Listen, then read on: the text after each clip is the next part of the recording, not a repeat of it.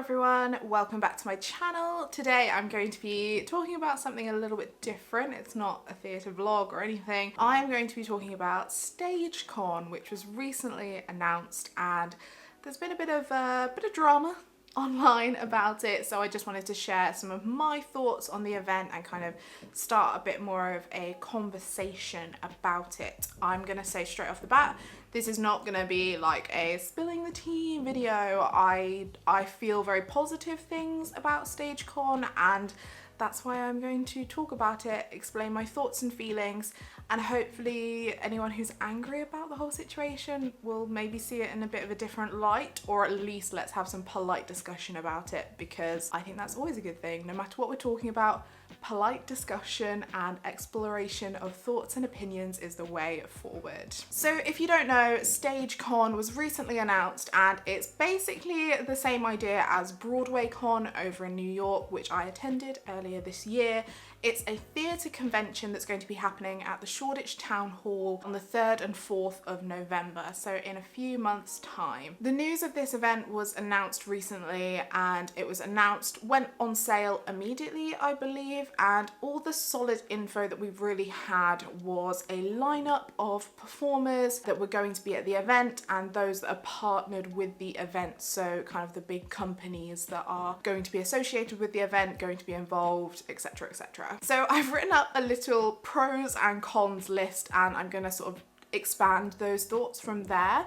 So it's a really short list for both, really. So the pros of it are that we have wanted an event like this for ages. I can remember since basically I got into theatre, which is about 6 or 7 years ago now, that on social media everyone has been crying out for some sort of theatre convention, especially with BroadwayCon happening across the pond. That's only 3 years old as it stands. No, it's just only 3 years old. But yeah, since that happened, everyone's been like, oh my god, we need a West End con, and now it's finally happening. So first of all, that's amazing that finally someone is doing it. The second thing I have on the pros list is that it seems 100% legit. It's not like this is a fan organized event. As I say, it's got really legitimate people attached to it. So in my opinion, I'm like, well, this should be an event that's really well run, hopefully, touch wood. It should have a lot of exciting things happening in it. And then the third thing I've got on the positives list, or the pros list, is the fact that it has an incredible lineup of people attached to it. And I wouldn't expect people like this to be attached to an event like this and agree to be a part of it if any kind of section of it seemed dodgy, or if they presumably know the people that are organizing it and they trust them, because that's their brand being put on the line as well. You know, as a performer, you do inevitably become a brand, and you don't want to be associated with something negative that could affect that could affect your career. So I trust that all of these like big names attaching themselves to it is a positive. And then my cons list, or the negatives list, is just two things. The first thing is the price, which is obvious, I think. Any complaints that have been directed towards StageCon, that's the main thing that I've seen, that people are complaining about the price, which is completely understandable. Also hilariously British, I'm not gonna lie. I have been laughing at some of the comments because that's so us. No shade to all of us, because I also saw the price and thought, oh my god. And the second negative that I have is the fact that there's not really a concrete list of information out there that you can justify spending that amount of money on. Now, to expand on my thoughts, I've written down some things, some points that I think that they should have done in the lead up to this announcement and the event happening. First of all, I really think they should have announced the event first and then built up the hype around it and then go on sale like a couple of weeks afterwards, because announcing the event's happening and putting the tickets out straight away, it's really just built up a sort of negative glow around the event and a negative vibe from the theatre community. Whereas I think if they just announced it happening first, people would have been so positive and like wildly excited for it, because as I say, everyone has been asking for this event to happen. So that, I think, is the order that they should have done first. Announce it, build up the hype and tease like people that would be appearing, then go on sale, where you feel like people have become excited about it and they're justified in spending that money. Another thing I think they should have done is be more transparent about what's going to be happening before going on sale, which they have done. There is a kind of breakdown on their website of what is expected to happen. So performances, previews, I believe, of new shows, panels, workshops, Q&As, meet and greets, things like that. But that's still pretty vague in my opinion. Another big difference in my opinion between a theatre convention in the US, i.e. BroadwayCon, and a theatre convention in the UK is that generally, and this is a very blanket statement and I'm aware of that, so please don't get mad at me, but the UK is obviously much smaller than the US, so I feel like while the current lineup of people that they have is absolutely amazing, generally it's easier for theatre fans, it's more accessible for them to see these people anyway. So I feel like, in my opinion, even though it's going to be amazing for any theatre fan, if there's even just like 5 people that they want to see from that lineup, and those people might not be in shows as often, for example, for them to get the chance to meet them or to guarantee meeting them, getting an autograph, a photo, what have you, that's amazing. But I feel like there does need to be a bigger hook, a bigger incentive for people to buy those expensive tickets. That's my personal opinion anyway. Whereas in the US with BroadwayCon, obviously it's massive, you know, there's not as big a chance of a theatre fan in California, for example, maybe not even that, maybe someone more random like Texas, they don't have as easy a chance to see their favourite performer. Whereas in the UK, even if you're based in the South and someone is performing in Scotland, that's a much shorter journey than going from like Texas to Montreal or something, you know? That's so random comparison, but does that make sense? I just think UK theatre is a bit more accessible across the board. Therefore, for an event like this, if you are just marketing it currently around the lineup, there needs to be like a massive, massive, massive name there.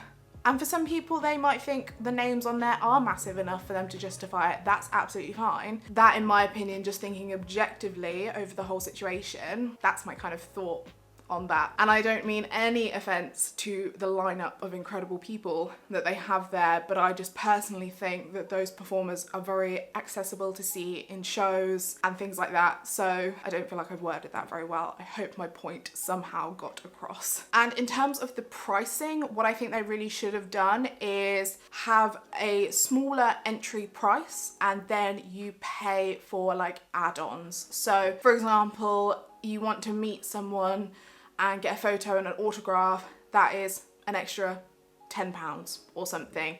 And then maybe if you wanted to meet 5 people, you could get a sort of like bundle discount deal where that comes to £40 or something, if that makes sense. So for example, for a day ticket, you pay £30, and then you can decide how much you want to spend on top of that depending on the experience that you want to have. So it's a more tailored experience. While I think it's a fantastic idea, the notion that everyone pays the same and gets the same experience, in reality, I'm not sure if that's gonna happen. I don't know, I just don't think the pricing should be that way so everyone pays the exact same, because everyone is going to want different things from the event. So as well, as I said, there's hopefully going to be panels and masterclasses and workshops and things like that. So I feel like if there was an option, you could really kind of pick and choose what you want to go to, what you want to guarantee entry to. So for example, you want to go to one day, you want to go to the Saturday, and you want to meet Carrie Hope Fletcher, and you want to have a masterclass or a workshop with Michael Xavier, and you want to go to 3 panels, and then that comes to a different price than, say, if someone wants a 2-day entry and they want to go to 5 workshops and 3 panels. So I think that would make more sense, because then you're paying for exactly what you want to do. And I know logistically that's probably a bit of a nightmare, but depending on how the event goes, that might have made more sense in terms of pricing. Because also, even if you go for the whole weekend, I don't think you're going to be able to experience everything that's on offer, because obviously different things are going to be on at different times. That's my opinion on how the pricing should have been done. I know that's not necessarily an easy way to do things, but then I think everyone would have been happy if you know that you're paying the entry price and maybe that gets you into like one panel, one workshop, one meet and greet, and then you pay for different levels depending on the experience you want. So for example, with Broadway Con, you pay, I can't remember how much I paid for last year's one, but I looked for this, like next year's one, you pay $195 for like the basic general weekend ticket. That is obviously 3 days, but kind of works out at a similar price to StageCon. The next level up you pay, I think it was $395. Obviously that gets you more perks. And then I think the top level one was like $1,000. And that obviously you get a lot of stuff for your money. So at least there, even though it's still quite broad in terms of what's included in those packages, you choose how much you want to pay for the experience you want to get out of it. I think that's a really hard one with any event to sort of break down the pricing structure, and to be honest, most people are still not going to be happy at the end of the day. As I've mentioned, this is the first event of its kind in the UK, and I just wish it the best. I really want it to go well. I want it to be a success. I want it to continue to happen. It's not even happened yet, but I don't want everyone to just crap on it the first time round and then it not be able to do it ever again, and then people wonder 5 years down the line, oh, why don't we have a theatre convention? Oh, it's because no one gave it a chance the first time round. So I really hope that people give it a chance. It will be interesting to see how they do it, considering it is like a mashup of West End Live and Theatrecraft. So I'm really intrigued to see how it's gonna go. Obviously, I'm hoping that everything will be a much higher quality than at both of those events. No offense to West End Live or to Theatrecraft, because I've attended both of them many times and obviously like loved the experience. But I feel like because of the amount you're paying, any of the sort of workshops and things like that that you go to will be of a much higher quality. Not to say that the workshops at Theatrecraft aren't high quality, but you know, they'll hopefully be a bit more one-on-one, a bit more specialised. And the same with the West End Live aspect of it in terms of performances, because I find actually that sometimes the performances at West End Live, due to the nature of the location, aren't actually that great. So if they're in a bit more of a controlled indoor space where especially the sound can be better, I think that'll actually do the shows or people that are performing more justice. Something that has been annoying me about people talking about StageCon and complaining about the price is thinking that it's just going to be a meet and greet, and I think that has come from them just announcing the lineup of faces that are going to be at the event, and people will probably just see the prices and not look any further. But obviously it's not just going to be a meet and greet, and that's actually really annoyed me seeing that on social media, because people understandably have said, oh, well, I'm a keen theatre fan, I'll just day seat for a show, it'll be £20 or whatever, and then I'll go to the stage door afterwards, which is free. Obviously, I completely get that argument, but that's not going to be the whole point of StageCon. As I mentioned, there's hopefully going to be lots of performances, lots of panels, lots of like educational aspects of it. So fair enough, if you don't care about any of that, if you're just a theatre fan that just enjoys watching the performances, then of course StageCon probably isn't going to be for you, and that's absolutely fine. You can just go to the show and stage door afterwards. I don't think anyone would blame you for thinking that way, but when people are just saying, oh, it's just a meet and greet at X price. No, hopefully that's not going to be the case. Obviously, I don't know any more than what's on the website, but all you have to do is scroll down and see what is hopefully going to be part of the event, and you know that it's not just a meet and greet. So I think that's everything that I want to say about StageCon. I think a main factor in terms of if you want to go to the event is what you want to get out of it.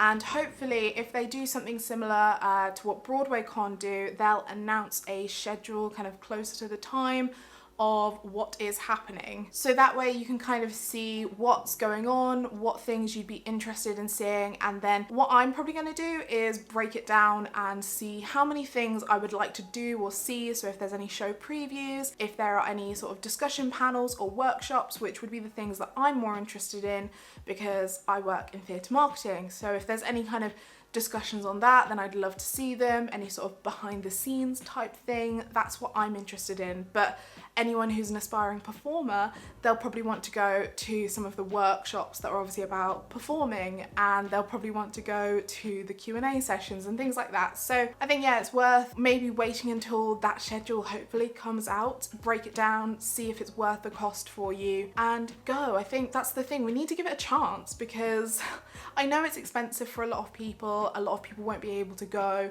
That really makes me sad, and I definitely think the price is something they need to work on. But at the end of the day, with events like this, they still do need to make a profit, so it makes it worth it for them to continue doing in the future. Events like this can't just happen for free, you know? I know that West End Live is free and Theatrecraft is free, but that takes so much planning and work and like sponsorship and things like that. So if this event doesn't necessarily have as much of that, especially as a new event, I'm honestly not shocked that the prices are the way that they are. But I think if you break it down, you look at some of the workshops that West End performers do. I mean, I just have a quick look sometimes, not that I'm interested in any of them, but sometimes you see workshops where it's like 10 or so people in a group, and even that is £60, and that's just with one performer. Whereas if you compare that to potentially going to StageCon, and you could do, I don't know, this is a total guess, but you could maybe do in one day 3 different workshops with 3 different performers as well as other things. If you think about the pricing structure in that way,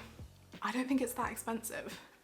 That's just my opinions on it. I hope everything that I've said has made sense, and obviously I would love to know your opinions down below. Has your opinion on the prices of StageCon changed at all after watching this? Has your opinion on the whole event changed at all yet? And obviously I'd love to know if you're going. I'm definitely going to try and go. I love theatre, and having been to BroadwayCon earlier this year, I would love to see the comparisons between the 2 events. So I'm hyped for it. I am excited, and I hope you are too. If you've enjoyed this video, please give it a thumbs up and subscribe to my channel if you'd like to see more from me in the future. I make a lot of theatre content, so I'm presuming if you've watched all of this, you enjoy theatre.